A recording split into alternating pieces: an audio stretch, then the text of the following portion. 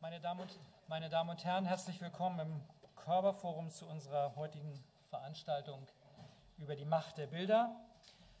Hamburg hat eine Menge Vorzüge und steht für eine ganze Reihe von Superlativen. Unter anderem sind wir, wie vielleicht einige von Ihnen wissen, die Stadt mit den meisten Stiftungen.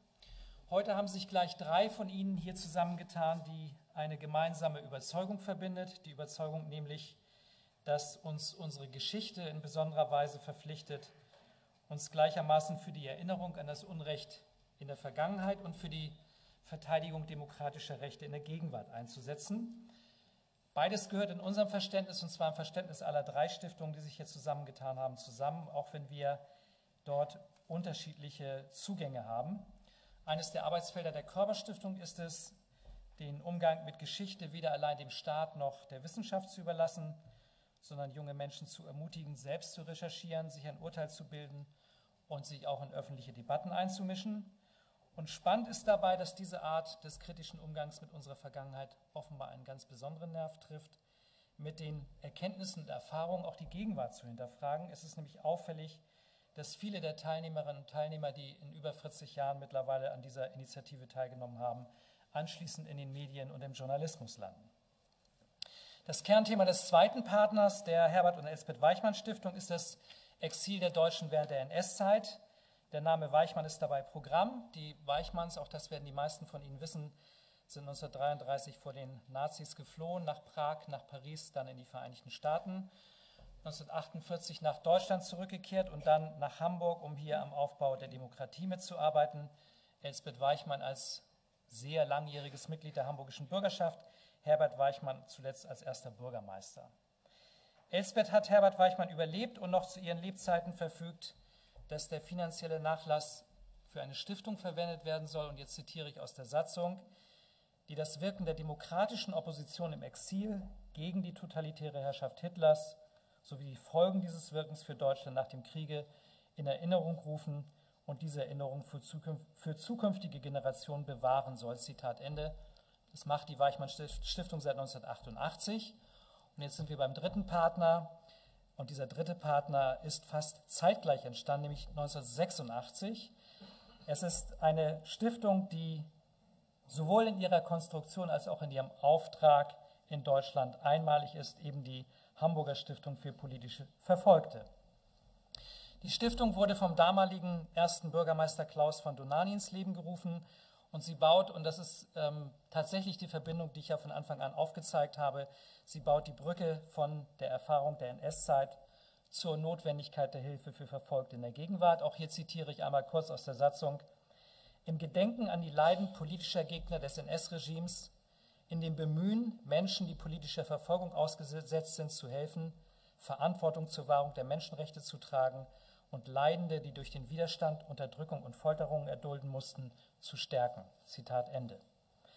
Die Hamburger Stiftung für politisch Verfolgte hat seit ihrer Gründung rund 130 Journalisten, Schriftsteller, Dichter, Maler, Fotografen, Anwälte, Menschenrechtler und bisweilen auch ihren Familien Zuflucht geboten. Auf ihre Einladung hin und unter ihrem Schutz können sich die Verfolgten in Hamburg von der unmittelbaren Gefahr erholen und zur Ruhe kommen. Viele der Gäste waren in ihrem Heimatland mit dem Tode bedroht, wurden verfolgt, verhaftet oder gefoltert. Und während des dann jeweils einjährigen Aufenthalts hier in Hamburg sorgt die Stiftung für Wohnraum, Betreuung und Lebensunterhalt. Und sie unterstützt die Stipendiaten auch dabei, ihre Netzwerke zu pflegen, zu Politikern, zu Künstlern, zu Wissenschaftlern und zu Publizisten Kontakt aufzunehmen. 5 Gäste werden im Jahr aufgenommen, die akut bedroht sind, und 2007, damit kommen wir dann zum Thema des heutigen Abends, gehörte auch GMB Akash dazu und auch seine Frau war nach Hamburg eingeladen. Erster Vorsitzender ist stets der amtierende Bürgermeister, also zurzeit Olaf Scholz. Ehrenvorsitzender ist der Gründungsvater und erste Bürgermeister AD Klaus von Dohnanyi, und auch Ole von Beust gehört heute dem Vorstand an. Das ist, wie ich meine, und das kann ich sagen, weil ich eben nicht Vertreter dieser Stiftung bin, das ist nicht nur eine einmalige, das ist eine wirklich vorbildliche Initiative und sie ist eigentlich, wie ich finde, zur Nachahmung empfohlen. Sie wird von der Stadt Hamburg nach wie vor unterstützt und sie ist aber in ihren Entscheidungen vollständig autonom. Viele, die heute in Unrechtsstaaten und Diktaturen Drangsalierungen ausgesetzt sind oder verfolgt werden, sind Menschen, die sich in Wort und in Bild kritisch mit der Situation vor Ort und dem jeweiligen Regime auseinandersetzen, Journalisten, Literaten, Künstler und eben auch Fotografen. Der Kampf für das freie Wort und das freie Bild ist zu guten Teilen auch ein Kampf für die Freiheit der Medien.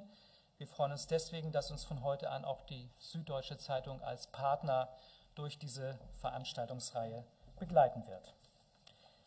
Meine Damen und Herren, ich darf Ihnen jetzt noch Martin Bäuerle ankündigen. Martin Bäuerle ist die Geschäftsführerin der Stiftung für politisch Verfolgte und Martina, Entschuldigung, sorry, natürlich Martina Bäuerle ankündigen, die Geschäftsführerin der Hamburger Stiftung für politisch Verfolgte. Sie wird uns noch einmal in gebotener Kürze GMB Akash und die weiteren Gäste des heutigen Abends vorstellen. The floor is open for you.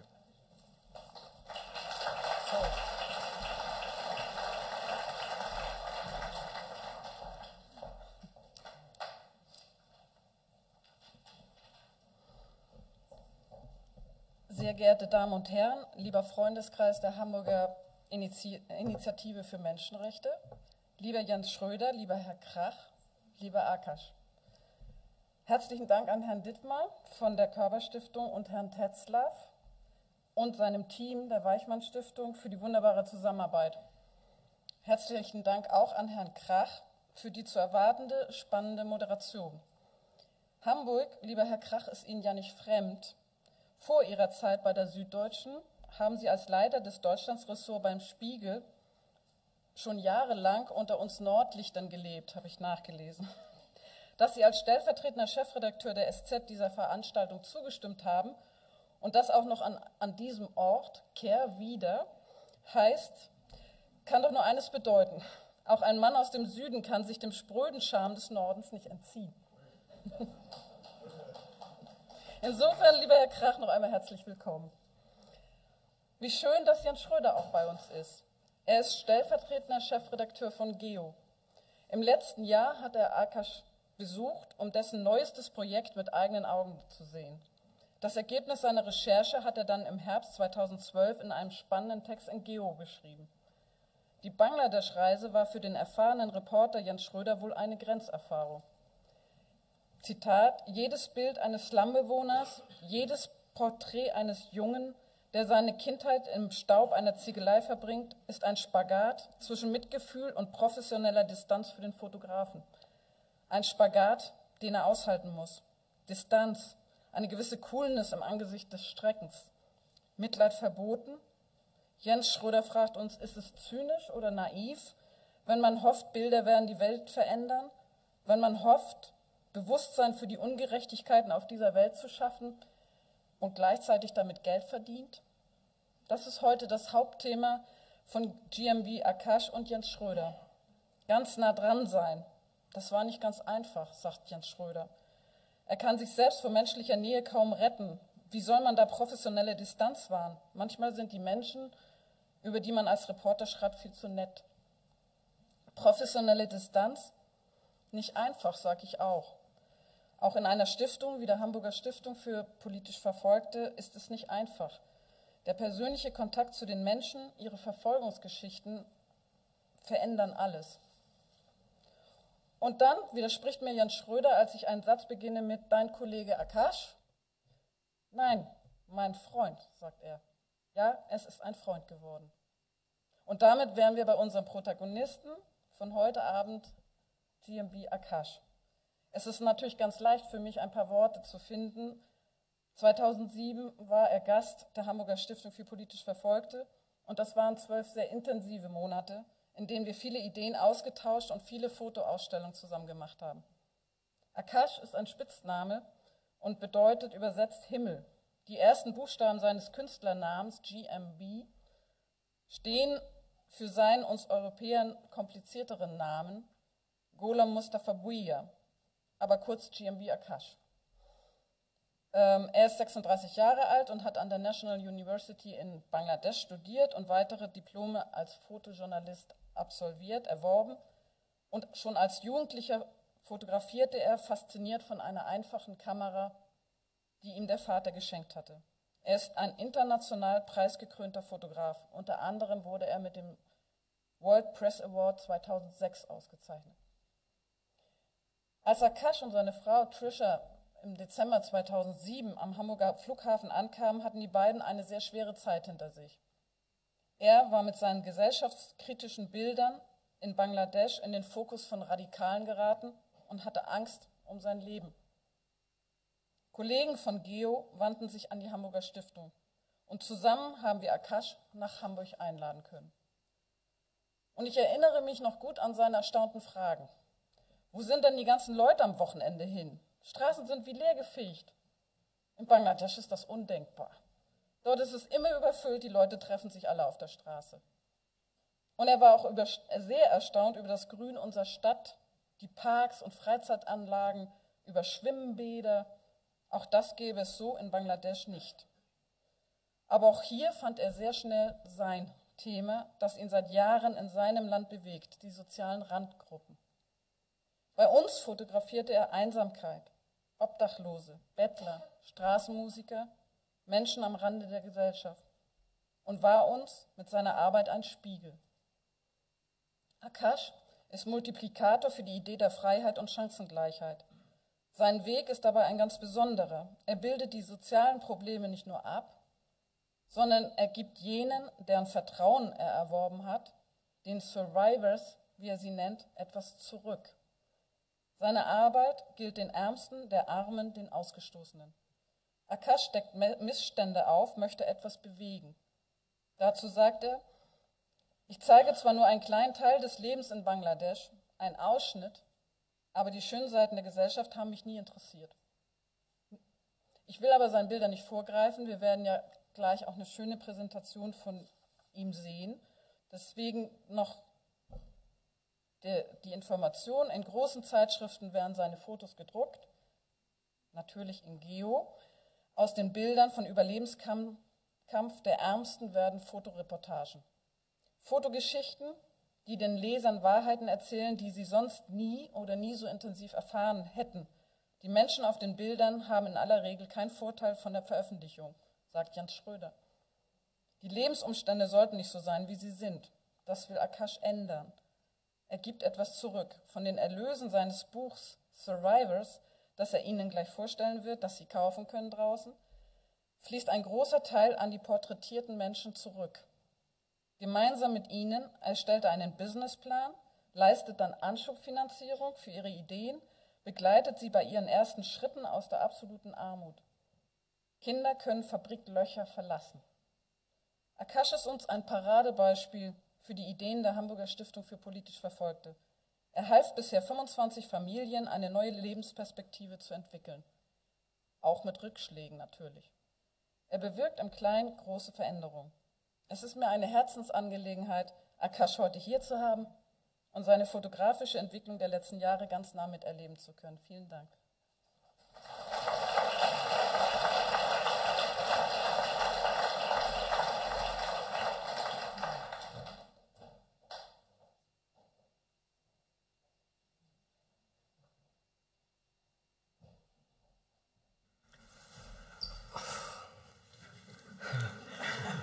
Hi. It's really nice to be here again. And every year I look forward when I will go Germany again. It was a wonderful experience being here in 2007. And I especially want to give thanks to Hamburg Foundation and Martina. Still, she every time she emailed me and get all the information from me, I feel that I'm still in the foundation. And I really want to give thanks to GEO Magazine and the team of GEO Magazine. They recently published a story about my book, and it was a huge response for my book. Only in Germany, more than 400 copies were sold in 6 months, and in Bangladesh, it's only sold 3 copies. So you can see the differences, and I'm really grateful for that. And it was a lot of work for them, because I sent the book to them, and they collect it. They have to pay the tax, and they post the book to the buyer who bought the book, so they have to pay a lot of money for me. And thank you very much for giving me this opportunity to be here. First, I want to show some images, then I'll talk about my project. And I also have to introduce myself. My name is Akash. I'm a photographer from Bangladesh. I work with Panos Picture, an agency based in London. I'm doing photography for last 14 years now. And photography is my language to access, to communicate, to identify, and mostly to make it here. And I breathe in photography. Without photography, I have no existence. So we see some of the images first, then I'll discuss more about my project and my journey, maybe 2 pinch of my 14 years in a very short time.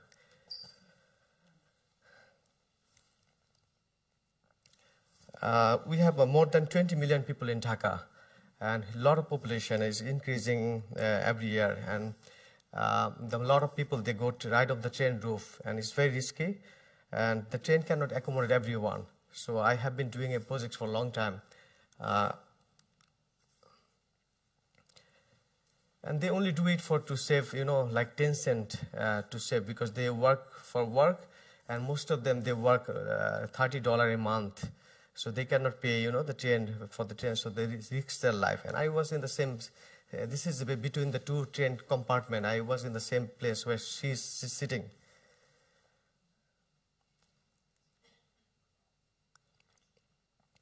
And a lot of accident happened, and nobody really cared.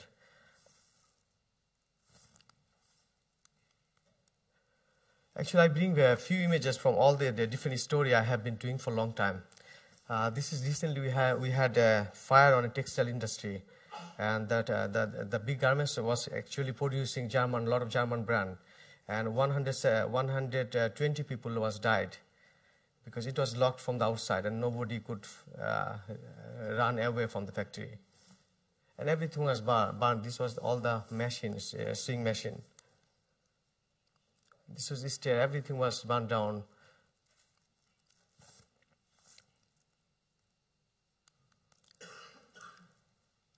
A lot of people, they jumped through the window and they survived. And it was actually it was assignment for Stern magazine. They sent the reporter to Bangladesh, and I was the photographer for them. She lost her five members from the family.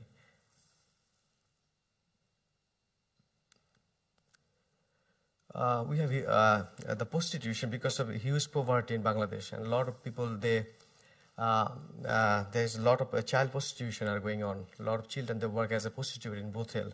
In this particular brothel, more than 700 people work there, and they are really poor.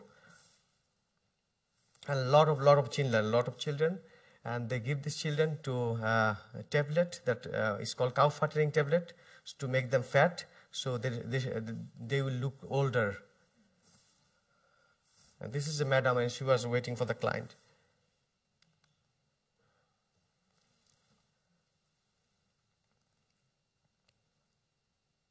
A lot of them, they actually came from countryside. People promise them to give a job in a textile factory, but they bring them and sell them inside the brothel. And when you are there, you cannot actually run away. And a lot of them, out of frustration, they cut their hand. They try to suicide.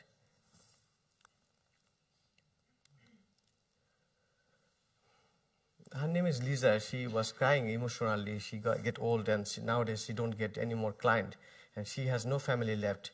She was crying that I have nobody. When I get old, who will take care of me? Whom I will live? Because I cannot run this business in my whole life. I was also doing another story. It is about the biggest mangrove forest in the world, Sundarban. And a lot of people, they go to this forest for honey hunting and for collect fish and wood, and tiger attack on them. And I was doing a project on the people who survive from the tiger attack. A lot of them, they lost their hand, eyes, and part of the body, but still they are surviving. And these people are incredibly strong. They never give up. I don't know what keeps them going. They fight with all kind of troubles, all kind of problems, but they never give up. They never complain, and they always smile, even they don't have one part of their face. And we actually give business, fish business for him. He lost his his name is Hashmot actually, and he lost his one part of the face. So we start a small fish business in front of our house, so he don't need to go far, but still he can do the business. And we'll talk about this project later. He lost his one eye while he went for honey hunting, and he lost also his son on the same trip. But still, his other son, so he keep going to the mangrove forest because they have nothing to do rather than go to the jungle. This another story I was doing last year in Indonesia. Indonesia has more than 250 million people and 75,000 mental patients. They have no scope for the doctor. They're taking treatment out of treatment. They don't get treatment or get treatment from traditional doctors. And the situation is really, really horrible in Indonesia. So I got access with one mental hospital who give traditional treatment to the poor people. And they chained all of them. It was really bad experience. And in Bangladesh, you know, I have to always listen to one thing. They always told me one thing. I get thousands of mails. I get a lot of appreciation also. But a lot of people, they write me, why are you showing bad images from Bangladesh? You should show high-rise building models, you know, Cox's Bazar. Why are you showing poverty and all the social problems?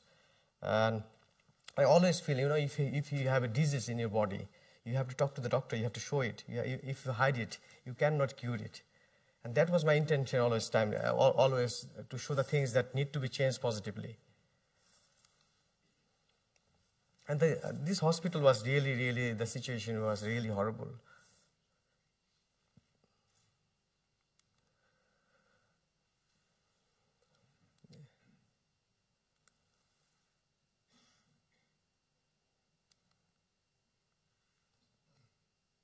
And there's only few people who take care of them.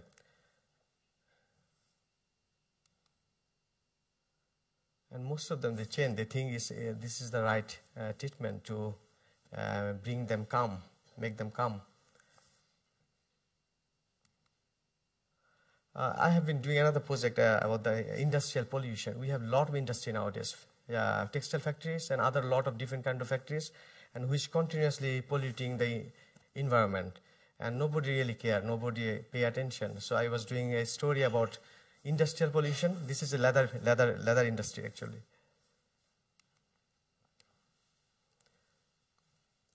And they throw their garbage and rubbish, wastes everywhere.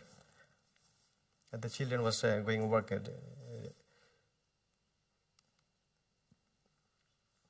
And they threw textile, you know, rubbish, and it got fire. And so somebody was trying to pull the fire down.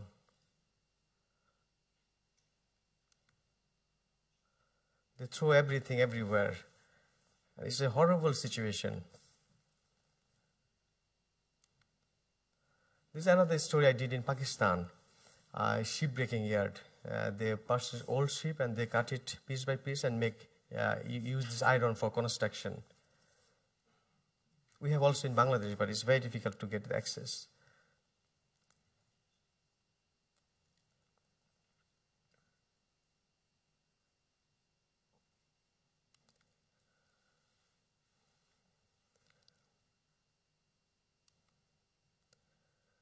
This is a story I have been actually doing 7 years now, more than 7 years.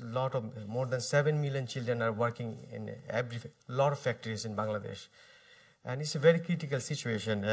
If they don't work in the factories, they go outside on the street and they become thief or they sniff the glue. I will show you some different images also.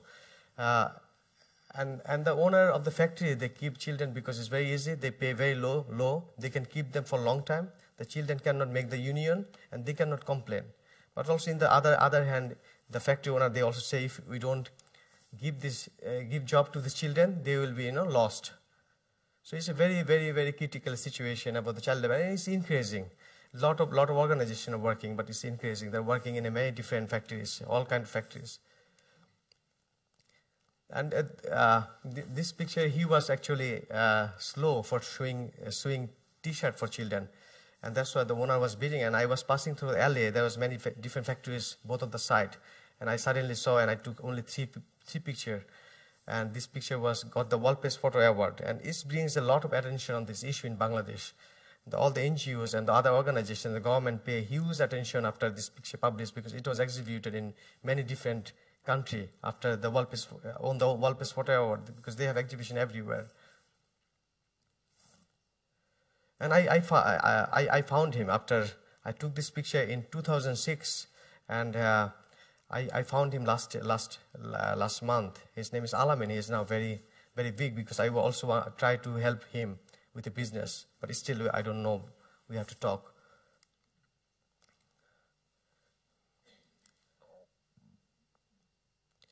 And there are many, many children, and sometimes it was very difficult. It was not easy to take these images, because since 1992, the child labor is banned in Bangladesh, and everybody know about it. So the factory owner, they don't want to let you go inside. But I go there, I talk to them, I try to make them understand why I'm doing this project. And I don't want to stop child labor. It's impossible, and they are not only the responsible. You know, the main problem is the poverty. Their parents are really poor. They cannot afford. They even cannot give them food. So what they do? And also there's a lot of problem with the education. The parents, they take a lot of children, and they cannot afford to feed them. So they have to send their children to work. And a lot of children, they don't get any payment in first 1 year or 2 years, because they're learning. The factory owner, they say, because they're learning. They have to work here without any money 1 or 2 years. And they only get some food because of their work. A lot of them, they work in a brick factory. And if you ask these children, when you grow up, what you want to be, and they say, I want to be a doctor, I want to be an engineer when I grow up. They even don't know what they're doing. And most of them, they work from 9 a.m. to 10 p.m. And they work in a very, very, very bad situation. It takes 3 months to make friendship with the owner of the factory before I get access to this factory. And I took Jens inside this factory. He become really friend of me, because he also want to change the situation, but they don't know how to do it. They cannot say, okay, we don't take children anymore. Otherwise, the children will die. You know.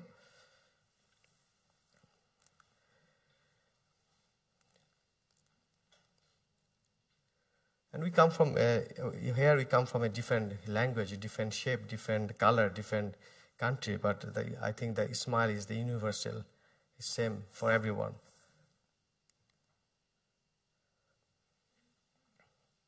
And it's very hard work, and they have no protection, nothing.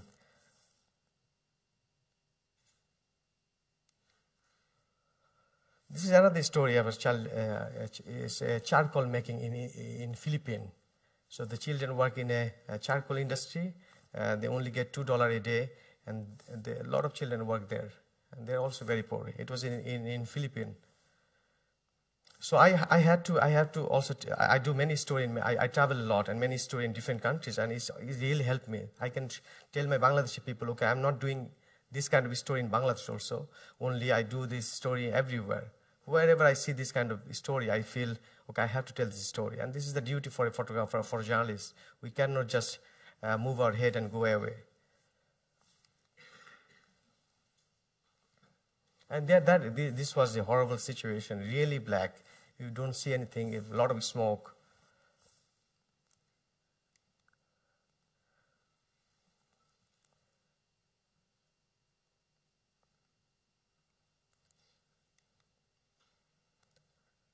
And the family was really poor. They also work with their children. And I have been started a new project about the population, overpopulation in Bangladesh. And I bring few images. You see that how everything is crowded, everything is full of people. But these people are very strong. I never saw Bangladeshi people to be really sad or very upset. You know, even the people living on the roadside, they're smiling, shouting, singing every time. They never complain. I don't know what makes them so strong. They're incredibly strong, and it's a lot of energy. If you go to Bangladesh, you get a lot of energy just watching people, what they're doing. Even they have a very bad situation, living condition, but still They never complain.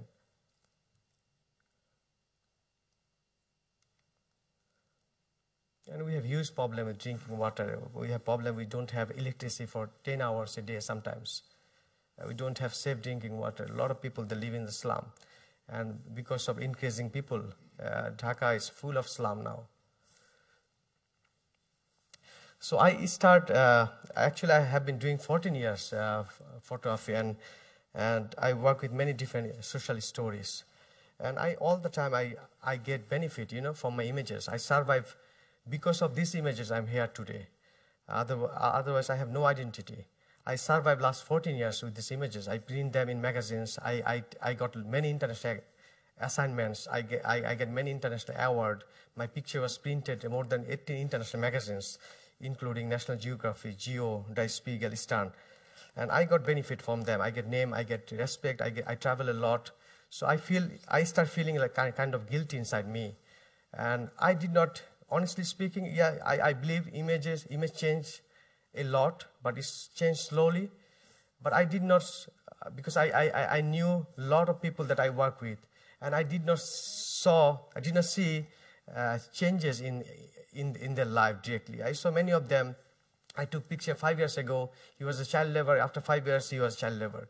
5 years ago, he was a cobbler. After 5 years, I saw he was a cobbler. Nothing changed. So I really feel guilty, and I feel I have to do something. I have to give something back. So I started a project. There is no name for my project. I plan, okay, I will save some money from my all assignments, my print sale, from everything, everywhere I get the money, I save a little bit. And I start giving business to the people I work with. And I pick people whom I already work, or who, I already work with them. And I talk to them. I try to discover I don't help everyone. I only help the people who want to change their life, but they don't have any sources. They don't have any capital. I only give them business with $200. My business is a limitation is $200. And I don't give them money in the hand. I start a business. I talk to them, try to understand what kind of business they can do. Then start the business and monitor them and give assistance if they need it. And I teach them how to calculate from where you have to buy this stuff and everything. And then I give it. I don't take anything from them. It's a gift. It's not like an NGO. So far we supported 14 family. But it still is going on. And I also doing different kind of activities. I'll show you. And then I started actually helping in 2011, and I thought, okay, how can I support this? Because individually I cannot do it a lot. I'm also a surviving photographer, and in Bangladesh it's not an important country. We don't have a lot of job. So I thought, okay, let's publish a book. If I sell the book, 25% will go directly to this family to help and start more business or for their education. So that's why the book, I published the book instantly. And it was a huge response. So it was not easy also, to find them. Some of them I took picture 10 years ago. Some of them I take picture 5 years ago, 3 years ago. Some of them I even don't have name. Some of them I took picture during the flood, when everything was flooding. I could not come to them. I could not ask anything. So it was really challenge, and I really wanted to help those people. I cannot help everyone. But I really wanted to help somebody that I took picture. I get benefited. So I start searching them with the images. I remember the location and go there and ask people, do you know this person? I just want to share one story. I took this picture during the flood, and I could not ask her name and everything. And this whole area was flooded, water. So I took this picture in 2009, and my project started in 2011. So after 2 years or 3 years, I was looking for her, and I went there. I only remember I have the picture of this tree.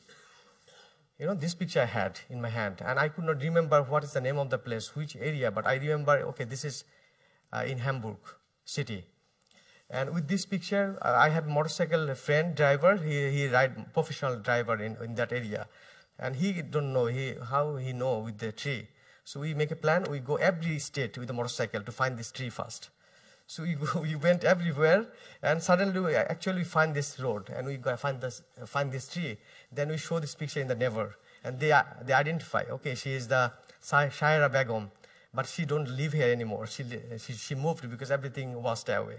So we find her, we went to another city and we found her, and we start business for her son. We give him vegetable business nearby her house. And we also buy a rickshaw van for him. So he bring vegetables from a wholesale market and sell nearby in the near market. I really want to share one story, how it changed actually. It's changed or not, and how it changed, how much it changed. This is Munna. I met him again in 2011.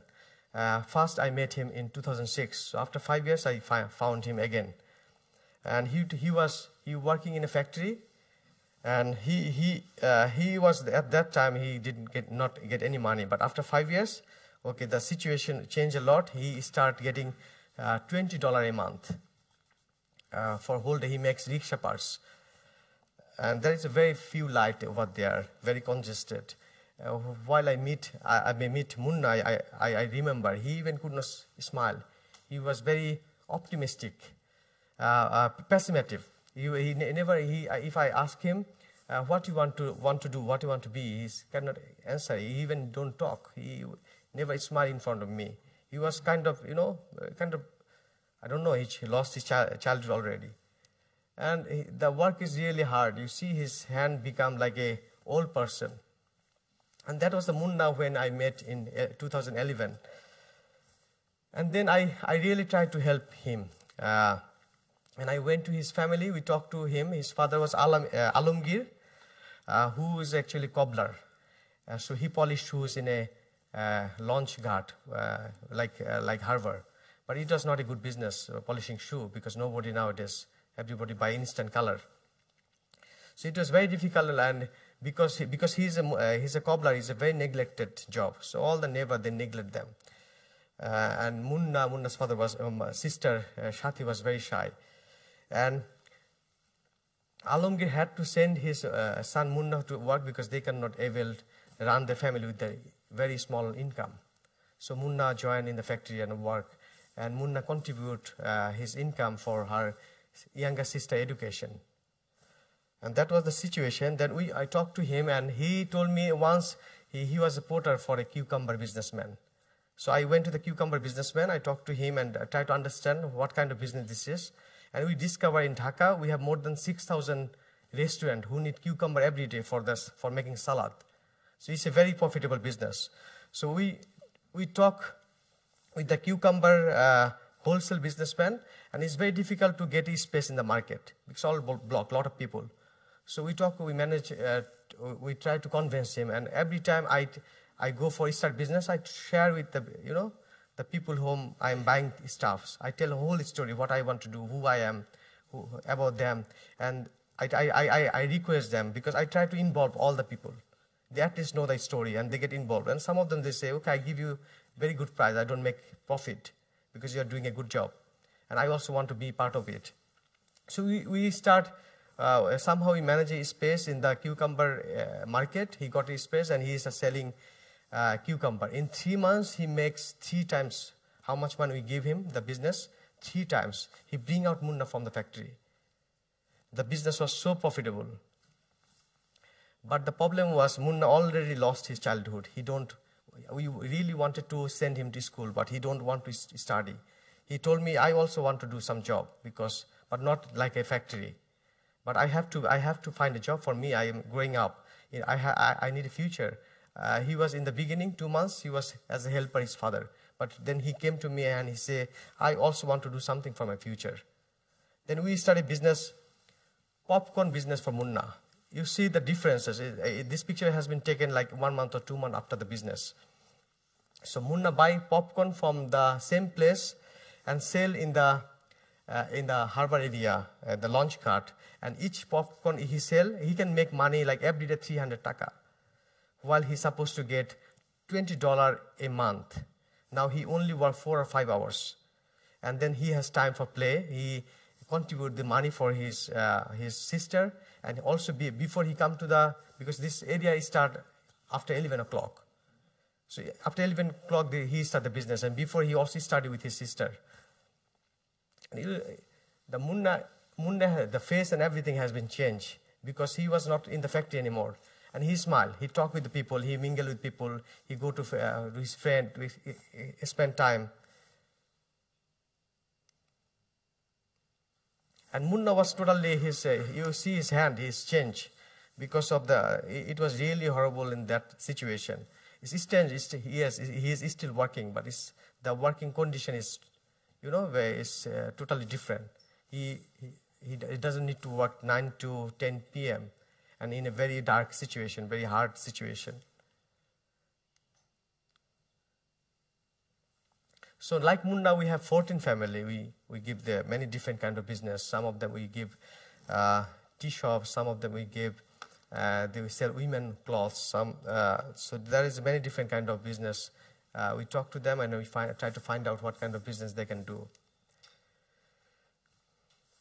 Then I really wanted to, because a lot of my story is about children, and I really wanted to show what happened if the children does not work in the factory, because there is huge population, huge poverty. So I started another project about street children, and I tried to help them, and I saw the huge, really bad situation about the street children who are not working, who are on the street. They lost their family, or family throw them out because they cannot afford. And they start taking different kind of drugs. Some of them, they become thief. Some of them, they involved with drug business. And his name was Ronnie, and he was crying. He takes his snip glue. And he was telling me a story. He was complaining, what you do for me, what the government is doing for me, what my parents is doing for me. I'm here in the station. I did not take bath for last 10 days. Nobody touched me, nobody cared me, nobody tell me take a shower, And he was crying, and he was pointing his finger to me. You are the responsible. The government is the responsible. You all are responsible. Why not you take me out of this area, this situation? And it was really touching for me. And I feel, okay, let's do something. Let's start something with for the street children. And I talked with them, and a lot of them, they already spoiled. They take drug. They already, if you take drug once, it's very difficult to rescue you. But some of them, they live, like 100 children living in a train station, Dhaka's main train station. And a lot of them, they told me, if I get opportunity, I'll change my life. I want to do something. I don't want to live in this state. And they basically survive to collecting rubbish, old paper, plastic bottle, and sell it. And they are very few. So I started talking with many children, and I found 3 children who was really positive. They want to do something. They want to go out from here. And I started talking with other children, and I had a plan. Okay, let's do something for these children. So we start first talking with them, giving them very basic education, like we should cut the nail, we should cut our hair, we have to be clean, we have to wash hand after we come from the toilet. What is bad touch, what is good touch, because there's a lot of people there. So we start giving them, we go there, many sessions, and in platform, in open. I did not want, first I thought, okay, let's rent a house, I take them, they will live there, and we'll try to give them a better job, or better life. But how? And I cannot keep them for a long time in a comfort zone, and they cannot survive from the comfort zone.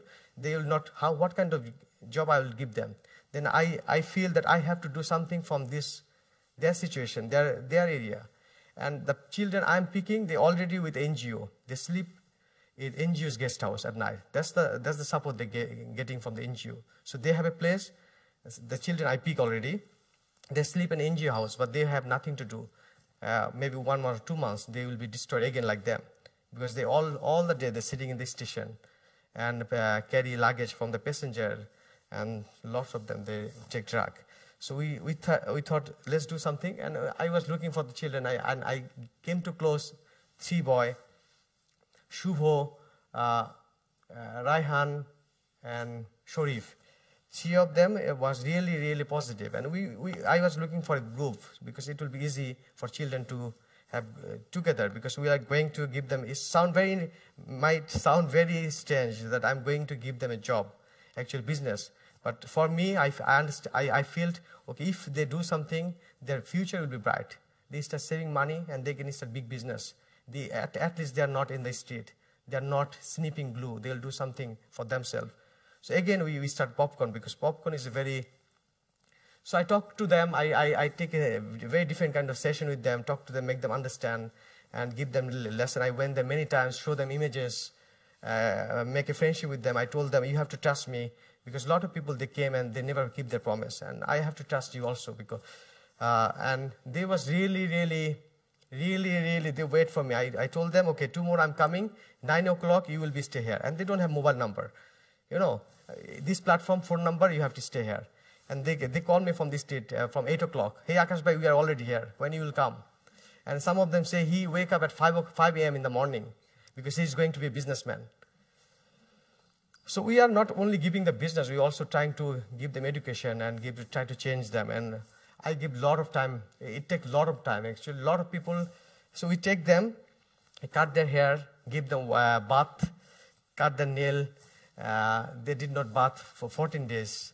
Something like that, and wash them in a public bathroom, buy new dress for them, they look totally different, and then we start popcorn.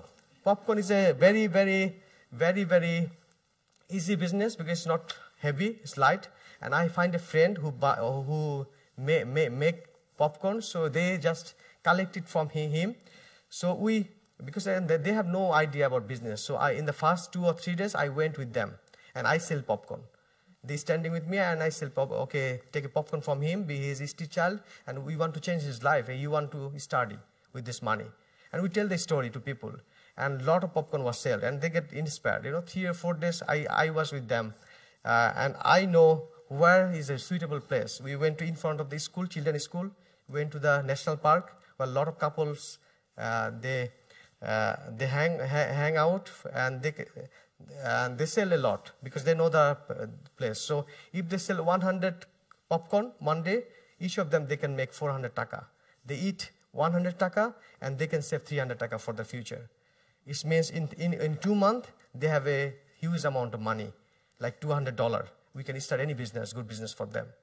But we try to build a group because they are children, they cannot manage. And it's not far from their NGO where they sleep. So they sell the popcorn and they sleep. And they also go to school one hour for the NGO.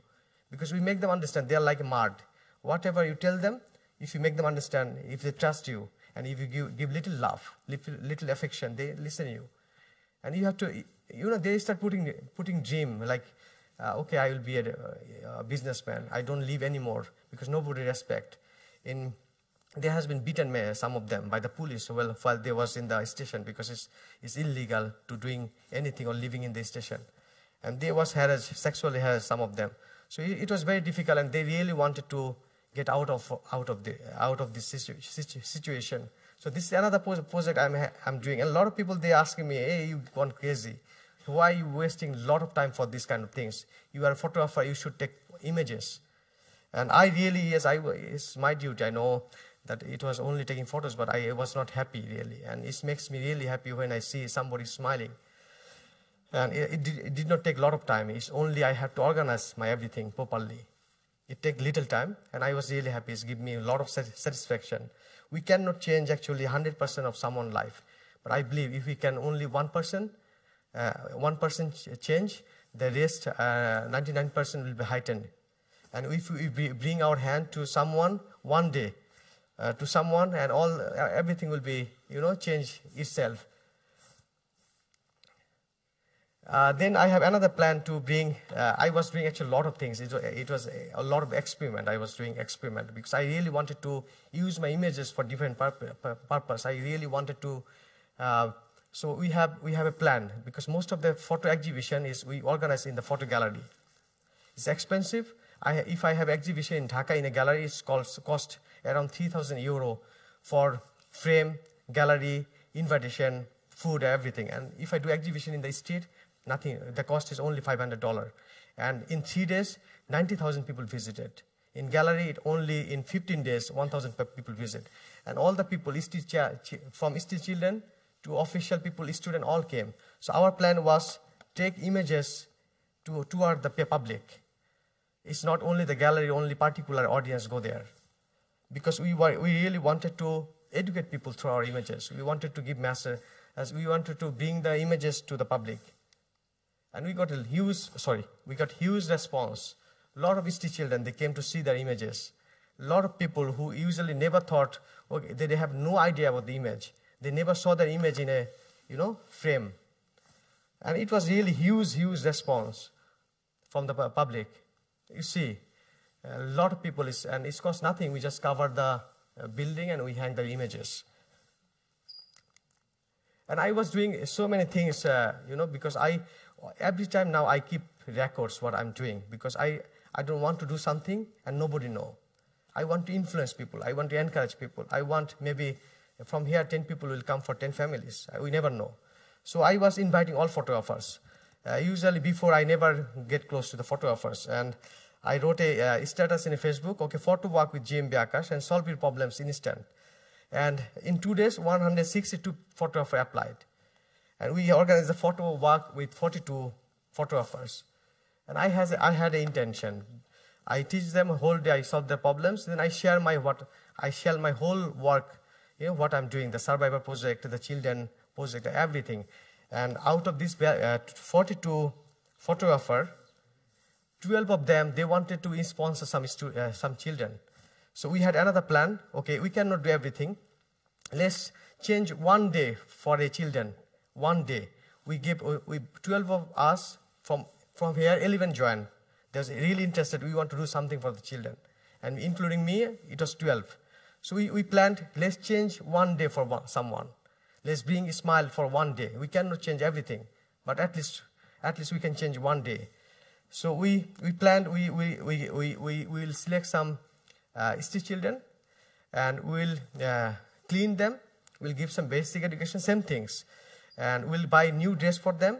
And a lot of time I ask them, the children I'm working, what do you dream? And they say, if I can eat in a biggest restaurant in Dhaka, or if I buy a Salman Khan dress, like Bollywood star, shirt like him. So we ask them and we take him, change the dress and everything. So by 12 of us, we changed the dress from the street and took them in a good restaurant and we spent whole day with them. And we shared this picture in Facebook. And another, I got mail suddenly in 2 days from Kashmir, one photography group. They want to do the same thing. They want to change 53. They select 53 children, and then they want to change their life. So 53 people was changed, and a lot of people was moved. Sorry, I took a lot of time. I think a lot of, but it was very interesting. I just want to share one small things, one small quote which inspired me all the time. It's an author from Helen Keller, and I really want to share with you. I'm the only one, but still I'm the one. I cannot do everything, but still I can do something. Because I cannot do everything, I will not refuse to do something that I can do. And this always inspires me to do something for them. And thank you very much for giving me such a wonderful experience, wonderful opportunities. And I wish you have a magical 2003. Thank you very much.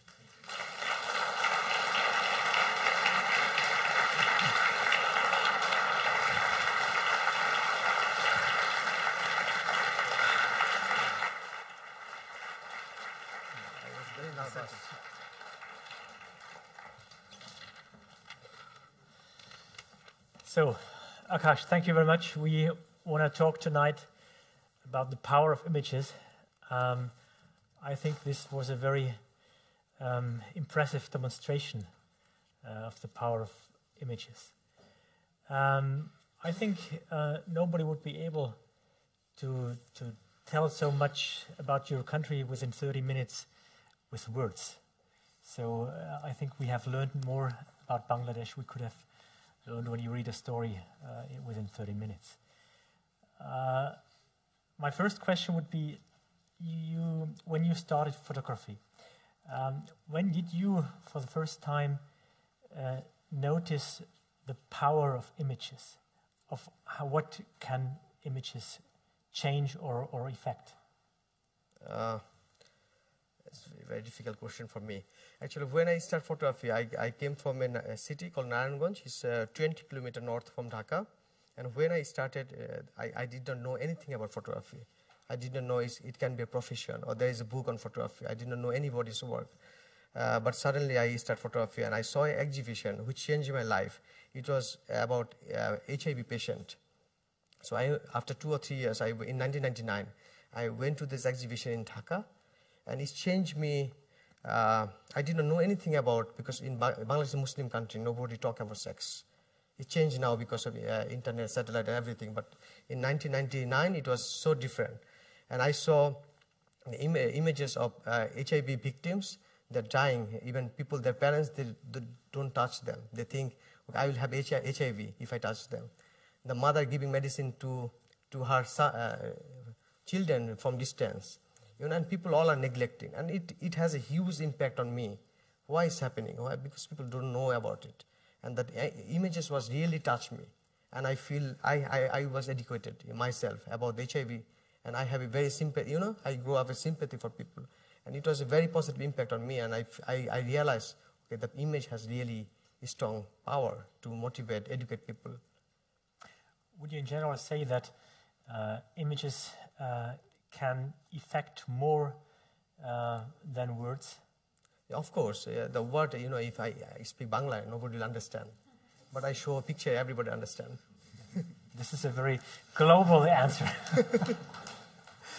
So, Herr Schröder, Sie waren mit Akash zweimal in Bangladesch unterwegs. Vielleicht können Sie mal ein bisschen erzählen, wie das war, mit ihm zu reisen, zu arbeiten. Sie sind ja mit anderen Fotografen auch unterwegs gewesen. Was ist das Spezielle, wenn man mit Akash unterwegs ist? Also ich war zweimal mit ihm unterwegs.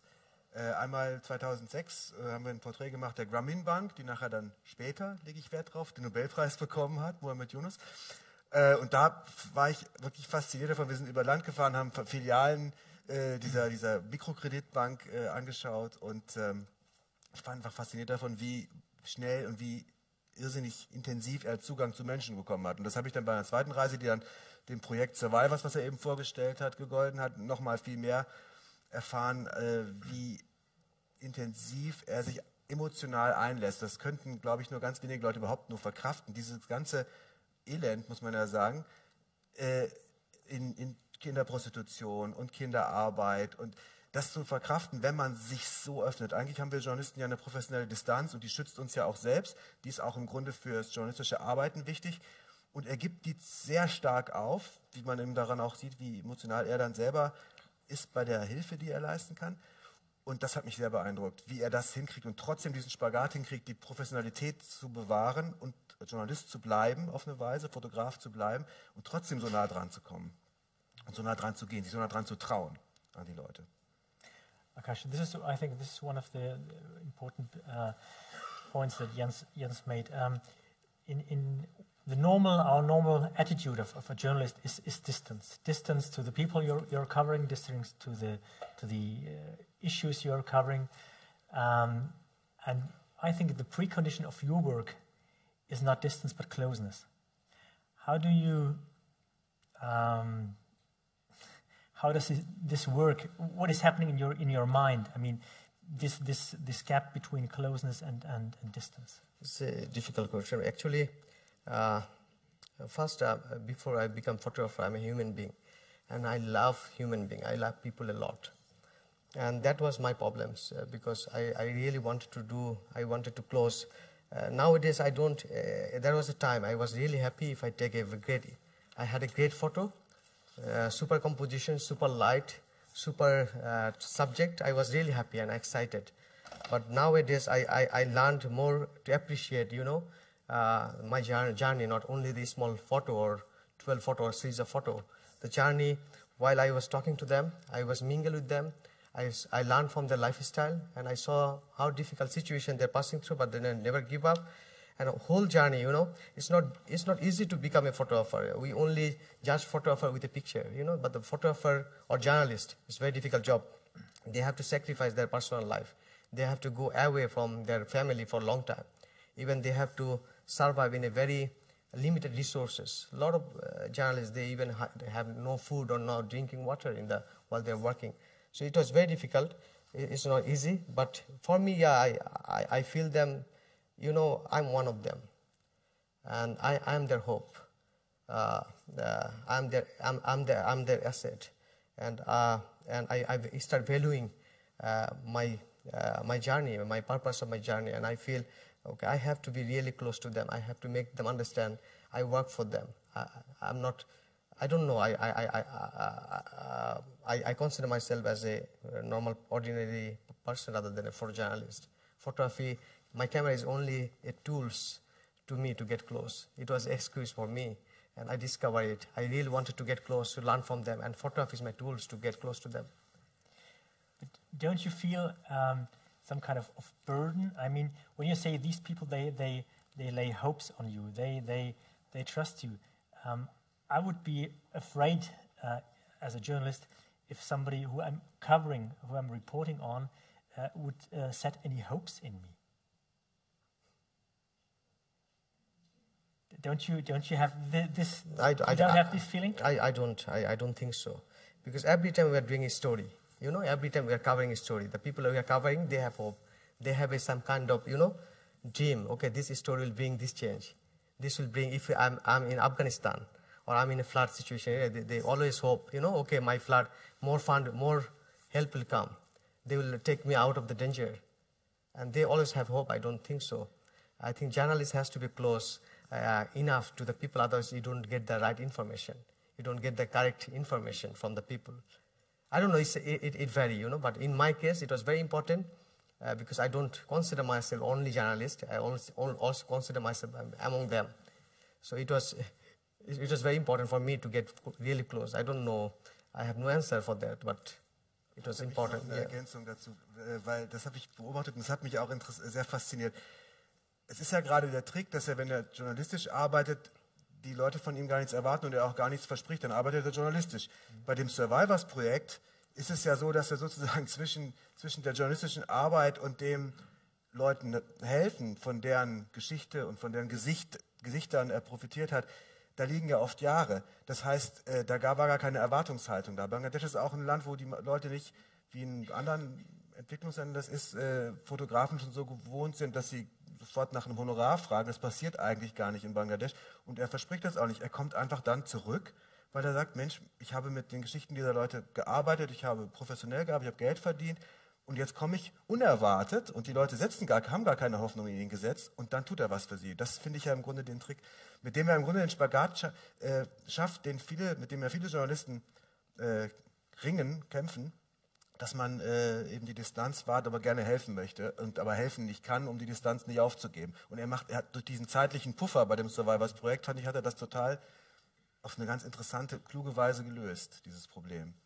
Sie haben das selber mal thematisiert, Herr Schröder, in einem Stück, das Sie geschrieben haben, auch über eine Reise mit Akash, und zitiert Hajo Friedrichs, der frühere Tagesthemenmoderator, der gesagt hat, man darf sich als Journalist nie mit einer Sache gemein machen, auch wenn es eine gute ist. Wie haben Sie das empfunden bei den Reisen, die Sie mit ihm gemacht haben?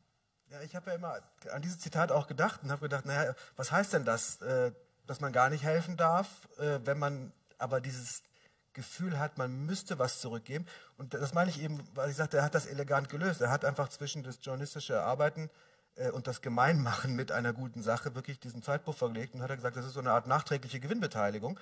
Ich suche die Leute, ich bin wirklich auch selber mit ihm umhergezogen. Wir haben, weil er mir das zeigen wollte, wie er es macht, mit einem Foto, was er in der Flutzeit gemacht hat, wirklich einen Jungen gesucht in mehreren Dörfern und den auch gefunden, wo er sagte, Mensch, das Bild, das haben Leute gekauft aus westlichen Ländern, das haben sich an die Wand gehängt, weil das jetzt kein sehr schreckliches Bild war, es war sehr pittoresk. Und ich habe mit dem Jungen Geld verdient. Der weiß das natürlich gar nicht. Und damit hat man das Hajo Friedrichs Problem eigentlich gelöst. Und der zweite Teil von der Bemerkung von Friedrichs mit dem Gemeinmachen, da sagt er ja, oder hat er ja gesagt, warum das so wichtig ist, dass man sich nicht gemein macht, nämlich um das Vertrauen beim Publikum nicht zu zerstören oder erst aufzubauen, weil man nämlich die Distanz und die Professionalität hat. Das hat er ja gar nicht in Frage gestellt mit dieser Arbeit.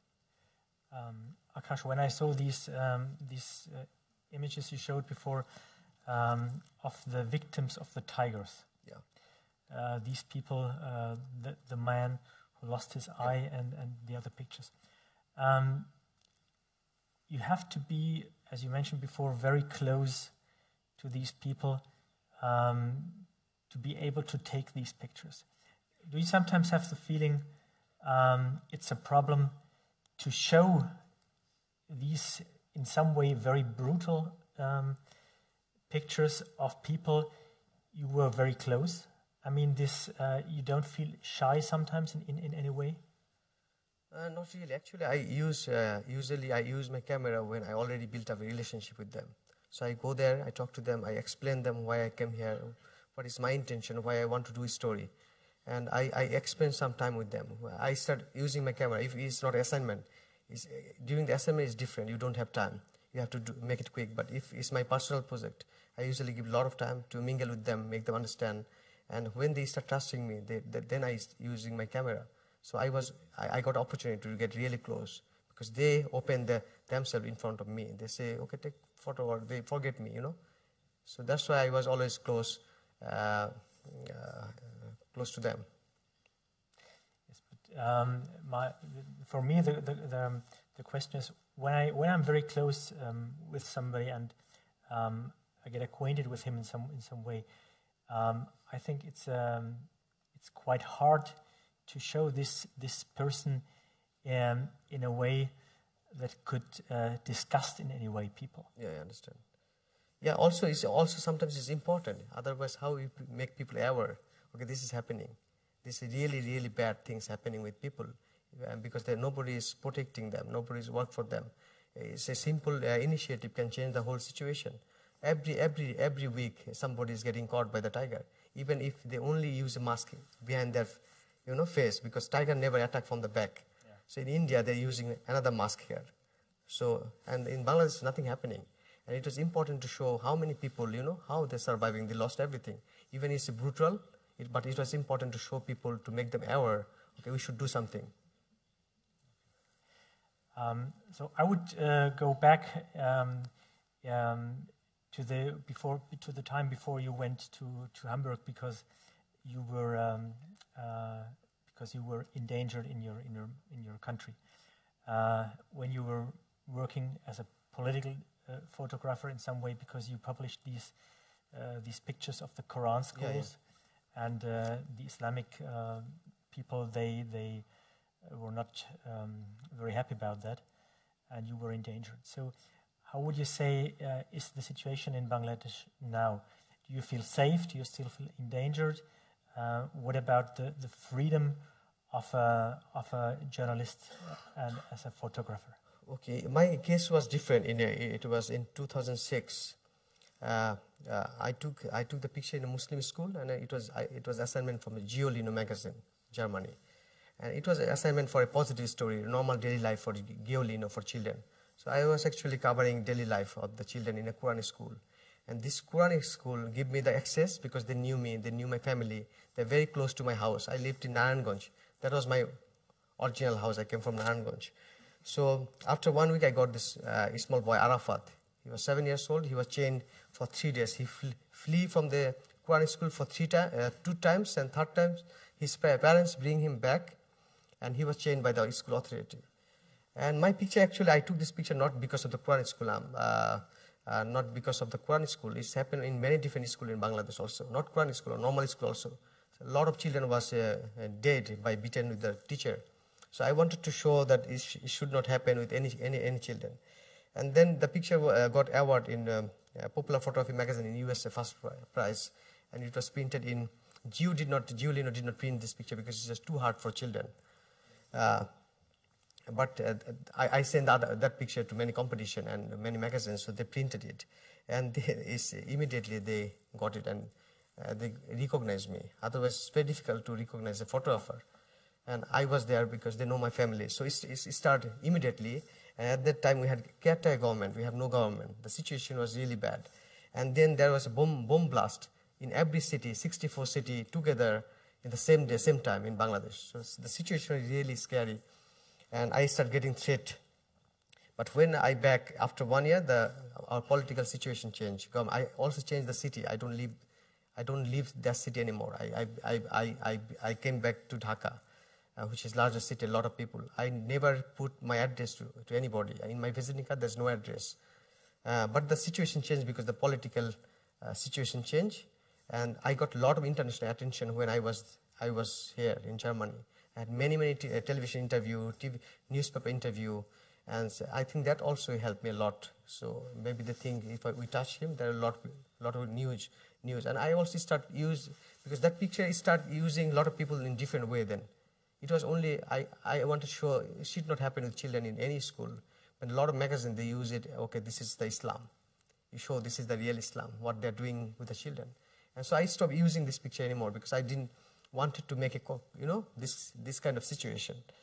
But now I had no problem rather when I go back to Bangladesh. Only I lose a lot of work when I was in Germany because all the client was looking for me in Bangladesh. But now the political situation of fundamentalists again is too difficult. It's really increasing. If you see the newspaper, there's a huge demonstration going on in Bangladesh. Today, the government declared death punishment to one of the most main leader of the fundamentalist group. And I think in 1 week there will be a huge fight or killing in Bangladesh. And he was talking about the situation of press freedom or something like that. One blogger just two weeks ago, he was killed in front of his house by the Muslim fundamentalist with a knife. He was 2 pieces.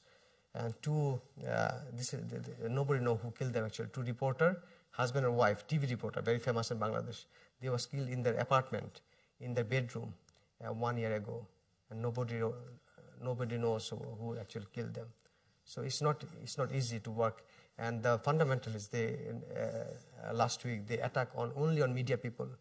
They only, during the demonstration, they beaten up 17 photographer and reporter, and all went to hospital.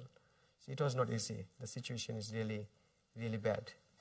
And does this have any effect? I mean, on the journalists, is the effect that journalists hesitate to publish stories, to publish pictures because they feel threatened?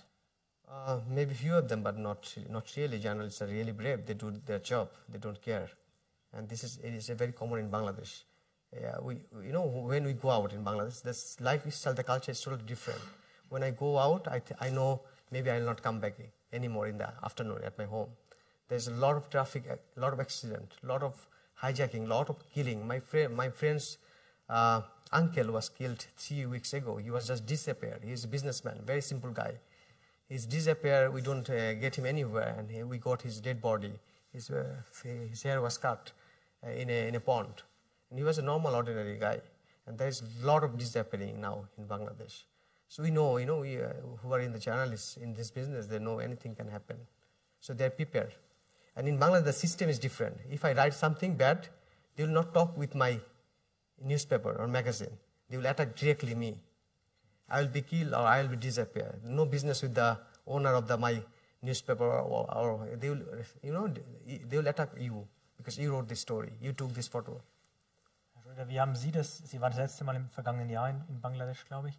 Wie haben Sie das wahrgenommen, die Situation, auch was die Freiheit der Journalisten angeht dort? Also solche Probleme habe ich nicht mitbekommen. Das hat sich jetzt auch in letzter Zeit sehr verschärft. Aber das ist natürlich ein Beispiel für eine Problematik, die wir möglicherweise viel häufiger sehen würden. Dass einheimische Fotografen in fernen Ländern mutig, engagiert, mit Liebe zu ihrem Land über die Missstände berichten, gerade Fotografen.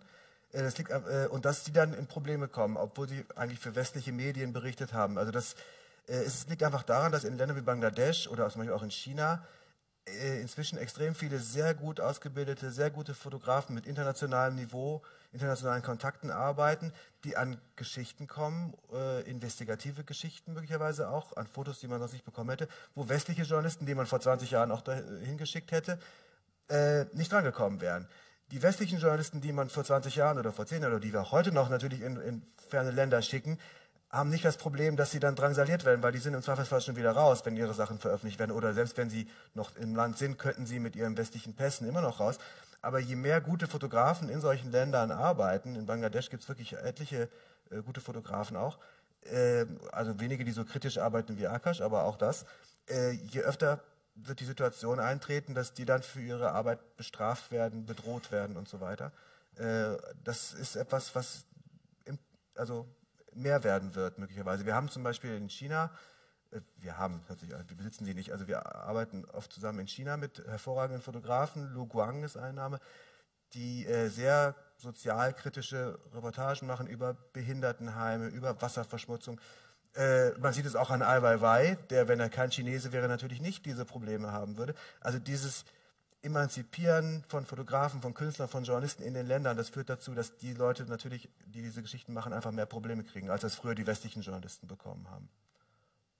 Akash, what about you heard what Jens said?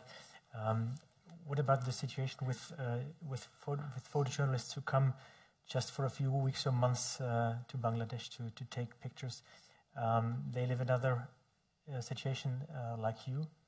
Yeah, no, not really. But there is another problem. That most of the, recently one photographer, they came to work Bangladesh for child labor, and the problem is he don't have access. He don't speak the language. He don't know the culture. And he wrote me email, "Do you want to work with me as a fixer?"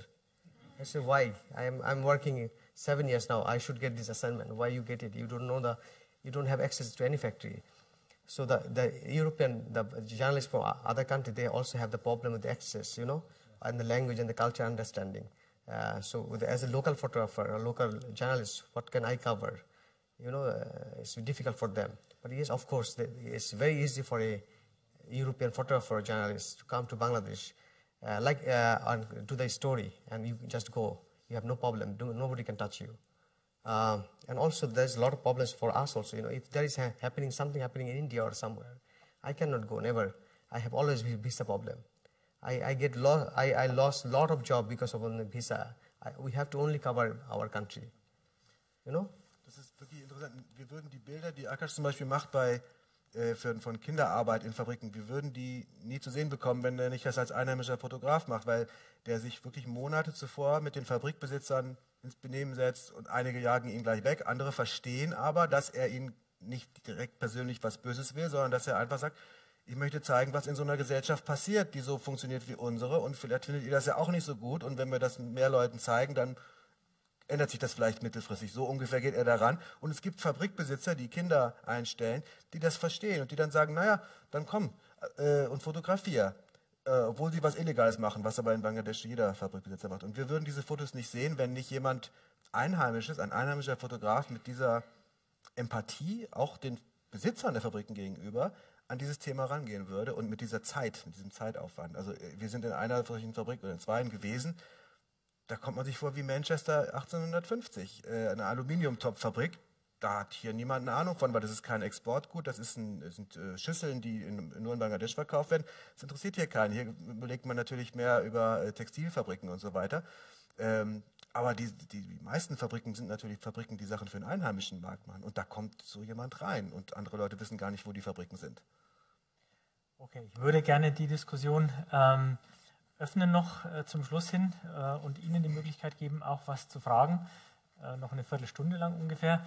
Würde Sie bitten, nicht um Co-Referate, sondern um präzise Fragen. Und wer anfangen möchte, soll sich bitte melden. Wir haben hier Saalmikrofone und Akash und Herr Schröder stehen zur Verfügung.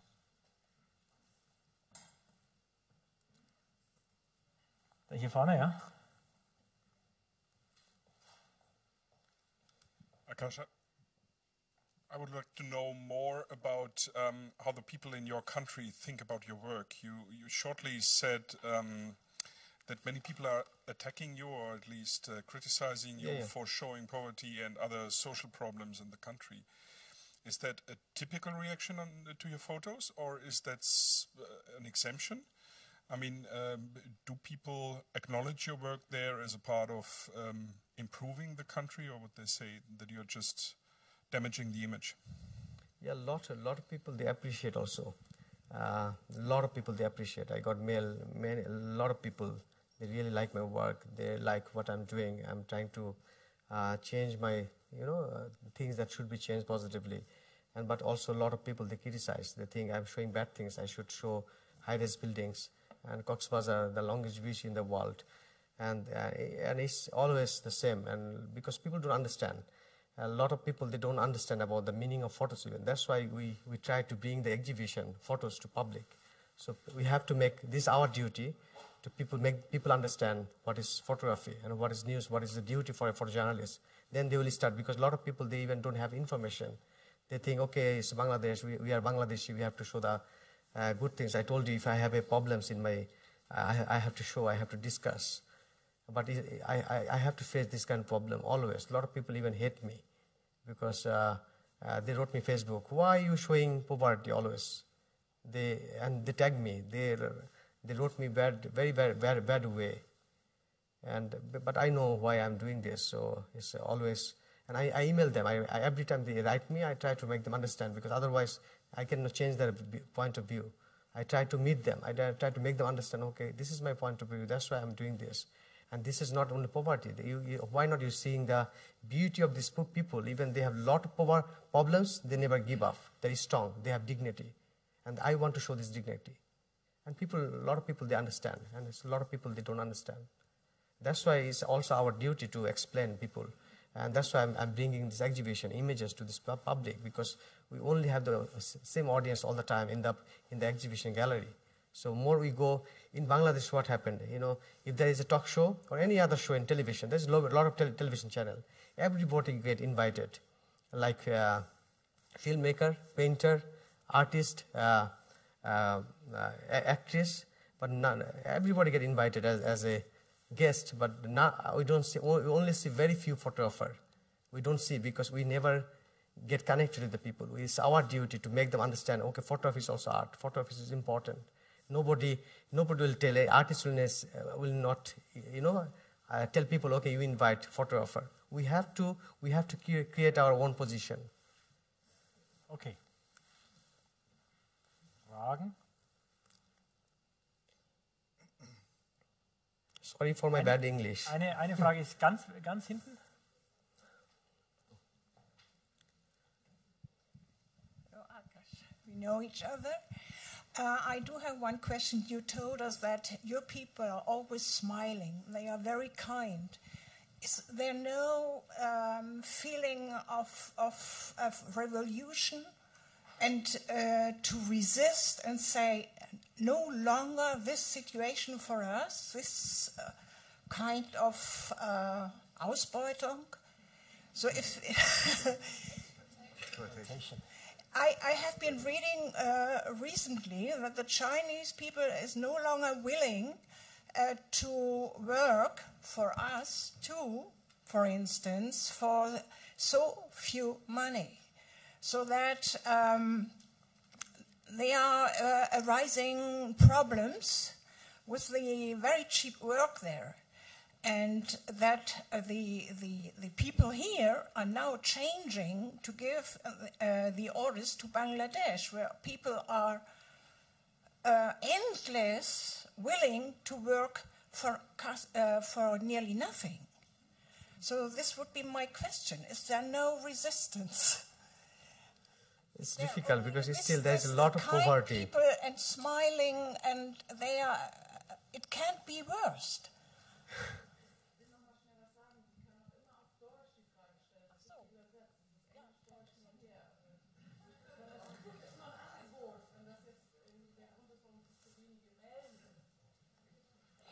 Okay, Akash. Yeah. She was asking why Bangladesh people are rise up. Okay. Yeah, the problem with I think the politician. They don't. All people Bangladeshi, they are very simple people, ordinary people, and they don't. I think we need a good politician or good leader to make them united and raise a voice against all this. Bangladesh is working at very low wage now, and nobody is not worker who are working there. They don't have power. They cannot. They are not a policy maker. I think the policy maker have to get them united and make the decision against these kind of things. And yeah, Bangladeshi people are very simple. They always smile. This is the quality of their life. They always smile even in a very bad situation, and they never complain. But I think it started already from China. So very soon, I think Bangladeshi people also will protest again. It's already started. Lots of demonstration, lot of garments worker there. The salary was really up 2 years ago. Now the factory owner they was forced to make the salary double.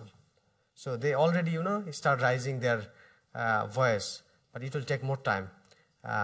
Because of China, after China, I think then Bangladesh, we have a huge poverty still. So people think, okay, we are getting something to eat. We have to survive fast. And if I start protesting, I might lose the job. That is the problem. And we need a good leader for doing this, not only the people. Okay. 2 Fragen hier vorne. Thank you very much. Excuse me. Thank you very much for your. I'm very grateful. My name is Freimut Duwe. I used to be the responsible for the freedom of media and the responsibility of media in the OSCE. Unfortunately, your government and your state was not member of the governments. I was responsible for the responsibility of journalism. But I have one question.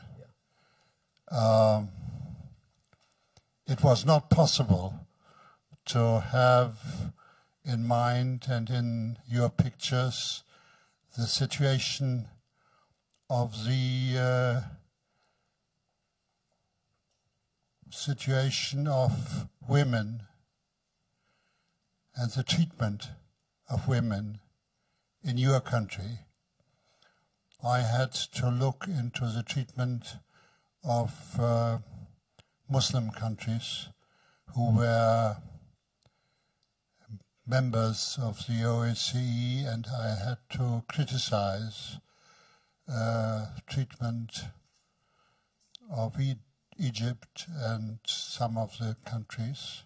I will not go into details now, but to have just a question, because I didn't see any female persons on your photographs. I have to correct a bit, because when Akash showed the pictures in the beginning, we saw these pictures of the very young prostitutes, for example, and of the women. So, but it's your answer. Okay. Maybe the question behind that is why. Yes. Okay. Maybe you should give it the answer. Yeah, actually, I only pick few images. It's very difficult. I had only 15 minutes, so I had huge talk and also pick some images quickly. And there's a lot of women now doing a lot of different kind of business in a different kind of situation. So I only pick a few images to show. But women's situation is really improved a lot in Bangladesh. Recently, we have I just experienced a group of women. They call Info Lady. So they go village to village by bicycle and give service, information service. Like if you want to Skype, the village, even in Dhaka, a lot of people, they don't use Skype.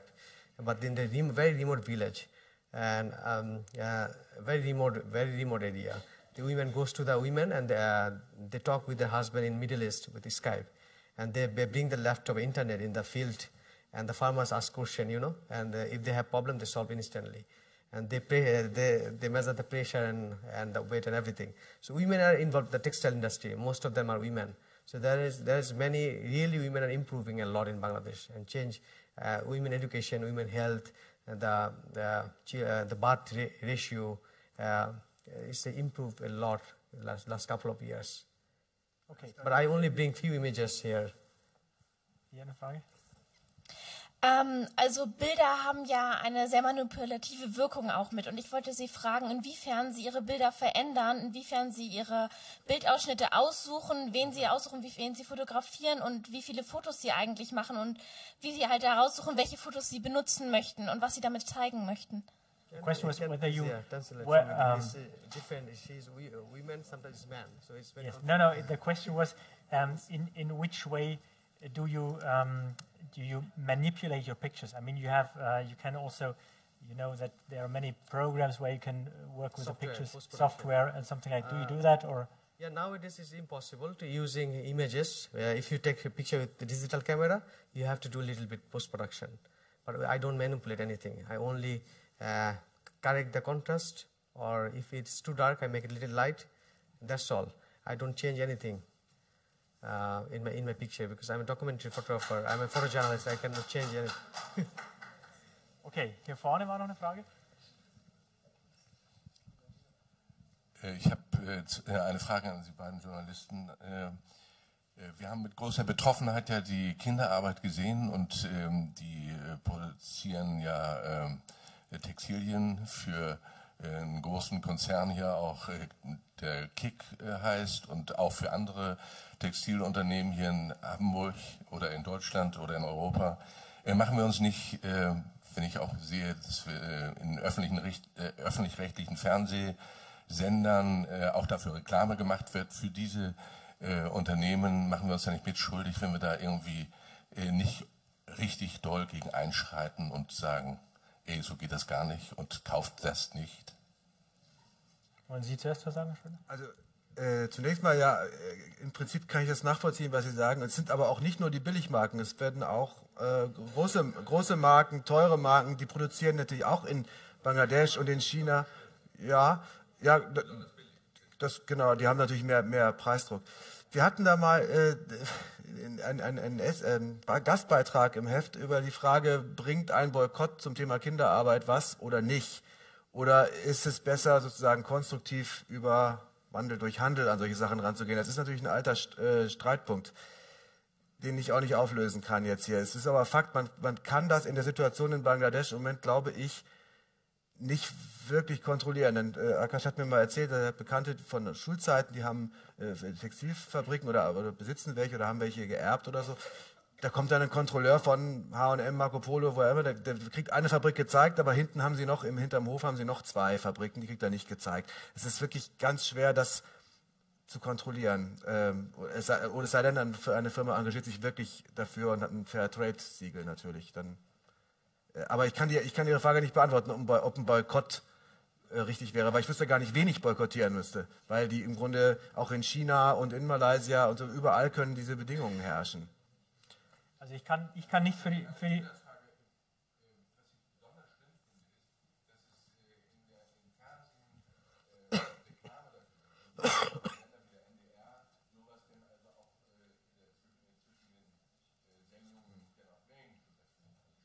Das war jetzt ein Statement und keine Frage. Zu den öffentlich-rechtlichen Sendern kann ich nichts sagen. Ich kann nur sagen, für uns, für die Süddeutsche Zeitung, wir haben über dieses Thema, über die Produktionsbedingungen, gerade von Kleidung, in den letzten Jahren unendlich viel berichtet, über das, was in Bangladesch und anderen Ländern passiert, wie heutzutage Hemden hergestellt werden, wie andere Kleidung hergestellt werden, zu welchen Bedingungen. Ich glaube, was wir tun können und sollten als Journalisten, ist, dass wir darüber ausführlich und viel berichten.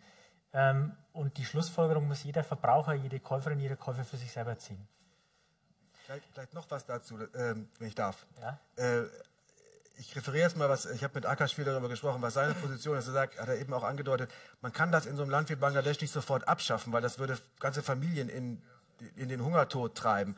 Was man aber machen kann, das möchte er gerne mit seinen Fotos machen, und da können natürlich auch vielleicht andere Regierungen, andere Länder darauf hinwirken. Man kann Schritt für Schritt, wie das auch in der Historie in heutigen Industrieländern passiert ist, vor 100 Jahren oder 150 Jahren, Schritt für Schritt die Bedingungen verbessern. Man kann sagen, okay, man kann es nicht abschaffen zunächst mal, aber Pausen, Schulbesuch, zumindest einige Stunden am Tag oder einen Tag pro Woche, keine 10 Stunden, sondern vielleicht nur 6. Schritt für Schritt kann man sich diesen besseren Bedingungen annähern, um dann mittelfristig das vielleicht ganz zu eliminieren. Ich glaube, es muss eher so ein schrittweiser Wandel sein. Sonst alles andere ist unrealistisch, obwohl es natürlich einem eher entsprechen würde, zu sagen, Schluss mit dem Kram. Und das Problem sind nicht ausschließlich die Exportindustrien, sondern sehr, sehr viel eben die Sachen, die für den lokalen Markt. Wir waren in der Bäckerei, in der Glühbirnenfabrik, diese Aluminiumschüsseln, die werden nicht exportiert, und insofern kann das auch von hier aus niemand kontrollieren, weil da kein Käufer eine Macht ausüben kann, der aus dem westlichen Land kommt. Ich würde gerne noch eine letzte Frage aus dem Publikum zulassen. Hier vorne, Sie hatten sich schon länger gemeldet. Ja, vielen Dank. Akash, I just wanted to ask very concretely, somebody who's not a journalist, how can we help you to help these people? Maybe from the perspective of somebody the average person in the audience who will never travel to your country, and then from the perspective of somebody who is maybe not afraid to come and visit you and then help you also in your country. It's a very difficult question for me. I don't know what to answer. The project I'm doing actually, I show you with the children and the survivor is actually from my side. I really wanted to do it. And I never thought, if anybody wants to help, I can get connect with you. If you want to help any family or children or somehow you want to, I can connect. But in there, I can only connect, but I cannot. The problem is the project I'm doing. A lot of people, they propose me, that, okay, I want to give you the money, you help some family, but I cannot take money from anyone because I'm not an organization, I'm not an NGO, and I don't want to do it. I only want to help some family that, from my own pocket. But if anybody wants to help, I can get connected with you. I can give you the all address, I can find people for you, but you have to help yourself. You have to, I don't know how, but I cannot take money from you to help them. We ask you. And also another option, you buy my book. 25% go directly to them. Okay, I would ask. I just want to add something with Jens was saying. If we promise, that okay, we don't buy anything from Bangladesh, if it's produced by children, then the whole Bangladesh is dead. You are trying to save children, but you'll actually die, killing everybody. This is not a solution. And already in textile factory, there is very less children are working, and it's hidden. You cannot demolish, you cannot change it overnight, because you have to change first poverty. Because of poverty, the parents are sending their children to work. It's not about close the factory, they will not work. And also Jens said that there is a lot of 99% factories are producing for domestic, for local. How will you control it? Only not textile. Maybe in textile, 5% children are working, and another 95% are working in a different. Almost every factory has a children. And it's only possible if we can, generate the income of the parents and motivate them. Okay, send your children to school rather than.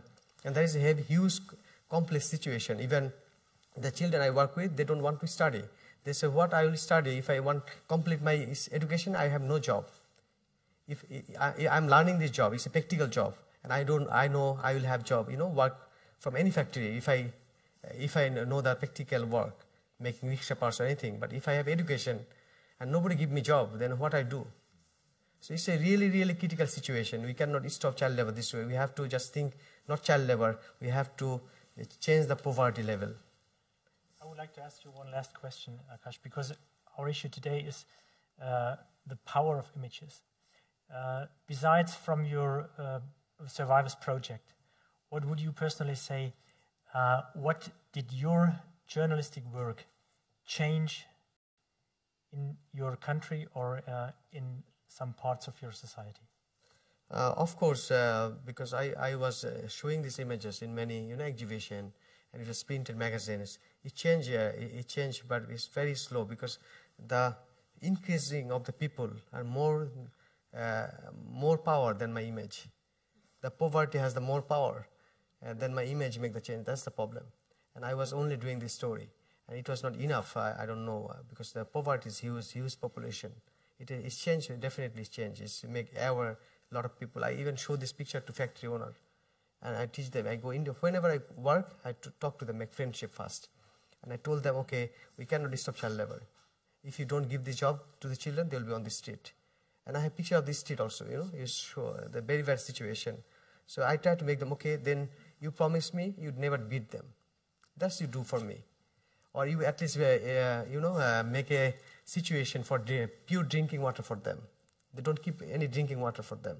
So just let's make it a little better. You don't keep them so long. So I try to motivate, factory owner and make them friend. I don't make them afraid of journalists. And I go there. I told them, if any journalists come, let them take photos, because whatever you're doing, nobody can control. It's not. You cannot stop child labor. So this is much more than a journalistic work. It's a journalistic and social work, and much more than a German journalist can do. So thank you very much, Akash, for being here and for your work. Thank you, and bye.